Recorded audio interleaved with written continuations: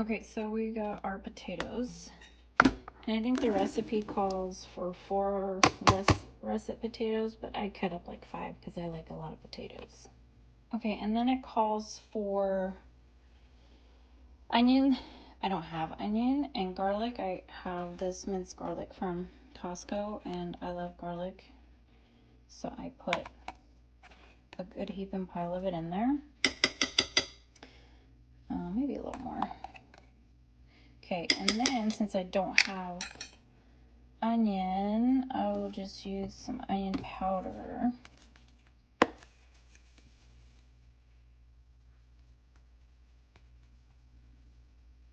Okay.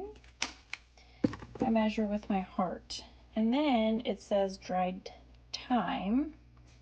I'm just gonna, it says 1 teaspoon. I'm just gonna measure with my heart. Okay. Okay, and then it says 4 cups of chicken broth, but making sure your stuff is covered, your vegetables.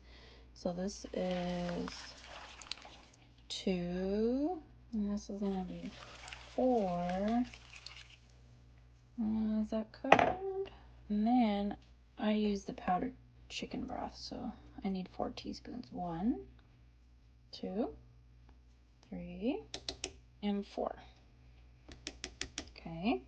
And then it says salt and pepper. So a little, I'm not gonna put salt because I feel like that chicken stock is salty enough.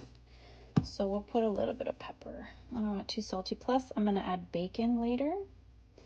So I don't want it too salty. Okay, now I'm gonna mix. Okay, so let's make sure this is nicely mixed. And we're gonna turn this sucker on high because I'm doing this on my lunch break. So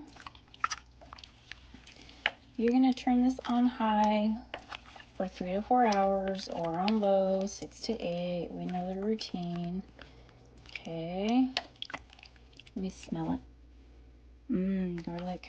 Okay, so I'm gonna cover it, cook it, and then when I get back from work, I'm gonna add heavy cream, bacon, and I think that's it.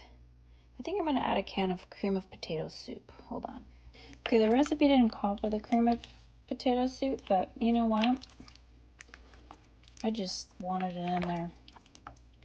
Can't really do any harm to it, but give it more flavor, maybe potato flavor.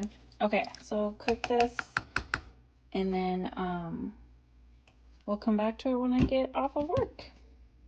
Okay, before I go to work, I'm going to cut these into pieces and cook them up so it's ready for me to put it in there right when I get home. Okay, for shits and giggles, since I made a bunch of the bacon, I think I'm just gonna add some in the soup while it cooks. It says to put it in after, but I think I'm gonna put it in a little bit now. Come on, you son of a biscuit. Just to, I don't know, give it a bacon flavor. It's more for garnish, but you know what? We love bacon. Well, I don't, but everybody else in this house does. So, okay, now I'll see you when I come back from work. Okay, so it's been in there for hours. I just came home from work. So now you have to mash it with a potato masher, okay? Okay, so you've mashed up your mashed potatoes, and now you add a cup of heavy cream. Okay, and you mix all that up. Okay. And you're gonna let this cook for about 20 more minutes. And then after that, you're gonna add your cheeses. Okay, so let's cook that for 20 more minutes. Okay, so it's been 20 minutes. Oh, so creamy. Okay, so now it calls for 1 cup of shredded sharp cheddar. I don't have sharp cheddar. I have that Mexican blend. I don't find that it makes too much of a difference, anything to make it cheesy. And then you stir all that in. Turn this off now. Stir all that in, let it melt. And if you have green onion, you can cut up your green onion and use that as like that topping when you put it in your bowl.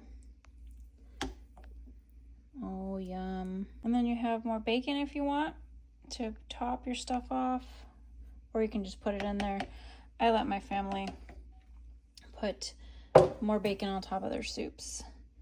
And then I'll show you what it looks like in a delicious bowl. Okay, so, ooh, it's nice and gooey.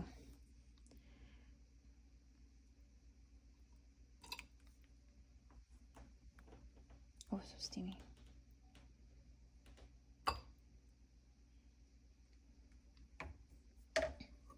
Okay, so if you have green onions, you could put those on. You put a little bit more bacon on.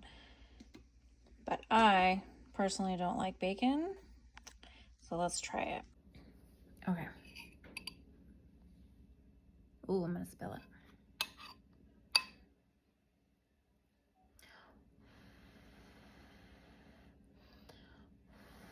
This is gonna burn the crap out of my mouth.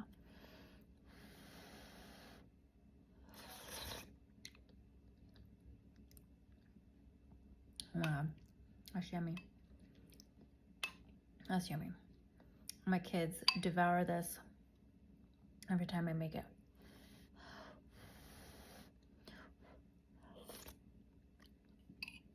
It's hot. It's really good though.